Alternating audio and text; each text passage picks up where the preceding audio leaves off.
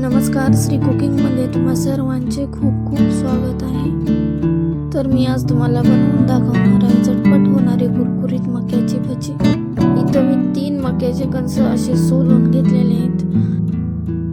आता मी हे मिक्सरला हलकसं बारीक करून घेणार आहे। बघू शकता तुम्ही, मी या पद्धतीने मिक्सरला हलकसं बारीक केलं, जास्त पण बारीक नाही केलेलं।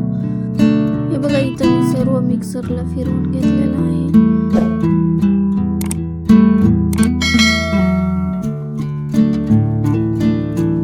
तर यामध्ये मी 1 चमचा जिरे घालून घेत आहे, 1 चमचा हळद, चवीनुसार मीठ घालून घ्यायचं आहे।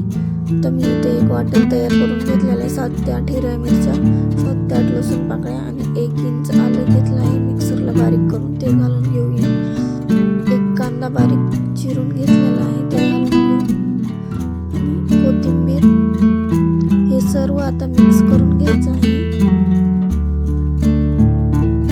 हे बघा, मी सर्व छान असं मिक्स करून घेतलेलं आहे। आता याच्यामध्ये 2 चमचे कॉर्नफ्लॉवर आणि इथं मी 1 वाटी बेसन पीठ घेतलेलं आहे, ते घालून घेऊया। तर हे सर्व मिक्स करून घ्यायचं आहे।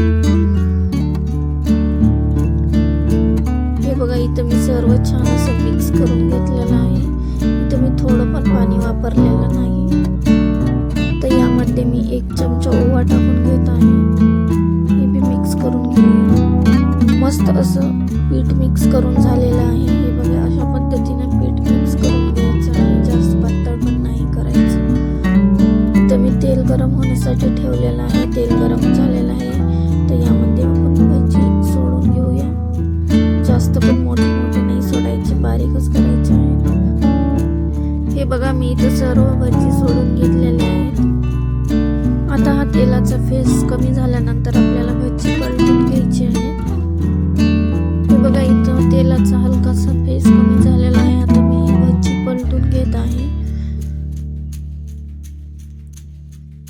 हे बघा, इथं मी सर्व भजी पलटून घेतलेले आहेत। ही भजी बनवताना तिखटच बनवायचे, कारण की मक्याचे असल्याने ही भजी गोड लागतात, थोडं तिखट जास्त घालायचं।